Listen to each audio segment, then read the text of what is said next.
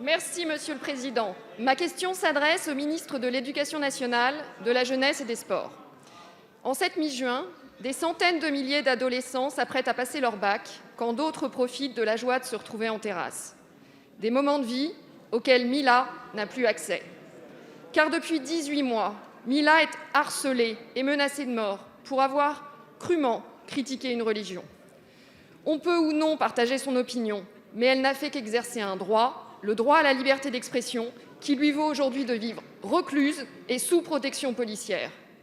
Le courage infini de cette jeune femme force le respect. Il ne doit pas se substituer à la force de la loi de la République.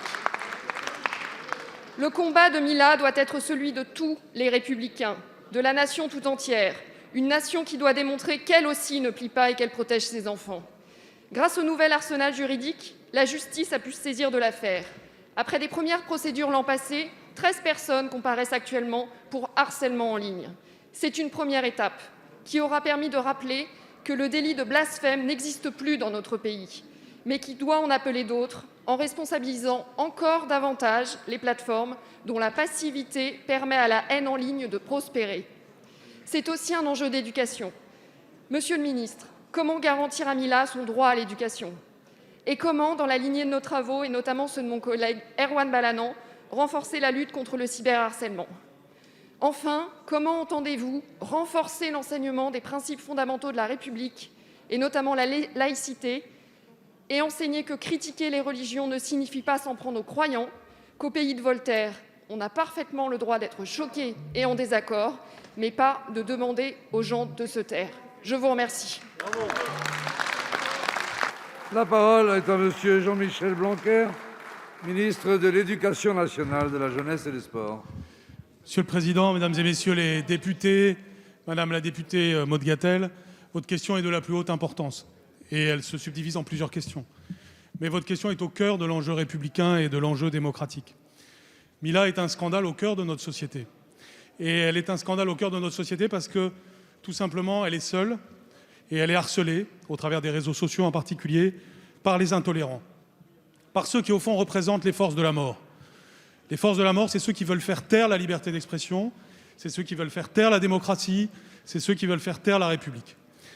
C'est pourquoi, évidemment, dès le premier jour, je lui ai apporté mon soutien, comme l'ensemble du gouvernement, et comme à toute personne qui exerce sa liberté d'expression et qui est menacée pour cela.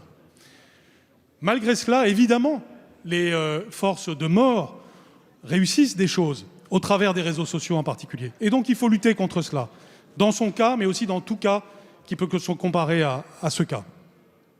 Premièrement, nous l'avons mis à disposition tout ce que nous avons pu en matière de suivi de sa scolarité. Et nous sommes en lien avec elle. Je réaffirme évidemment de soutien concret sur ce sujet. Le ministre de l'Intérieur a mis en place aussi évidemment les protections en matière de sécurité qui s'imposent sur un tel sujet. Au-delà de cela, il y a évidemment aussi ce que fait la justice en ce moment même, que je ne commenterai pas, mais bien entendu, nous souhaitons tous la fermeté vis-à-vis de ceux qui font les menaces de mort et qui font moins les malins quand ils sont au tribunal. C'est un des points très intéressants à regarder. Nous devons être plus actifs désormais pour montrer que la force est du côté du droit et de la République. Dans l'actualité d'aujourd'hui, il y a le rapport que m'a remis l'inspecteur général Aubin. Ce rapport est de la plus haute importance. Il va nous permettre de franchir encore un cran dans l'éducation à la laïcité, avec la formation de l'ensemble des professeurs, en formation initiale et en formation continue, et le déploiement de nos équipes valeurs de la République. Sur la lutte contre le cyberharcèlement, nous avons aussi un plan. Ce plan suppose aussi de nouveaux progrès futurs vis-à-vis des plateformes et des réseaux sociaux. Nous sommes résolus à la fin. C'est la République la plus forte, c'est la démocratie qui doit être du côté du droit et de la force de la liberté d'expression. Merci.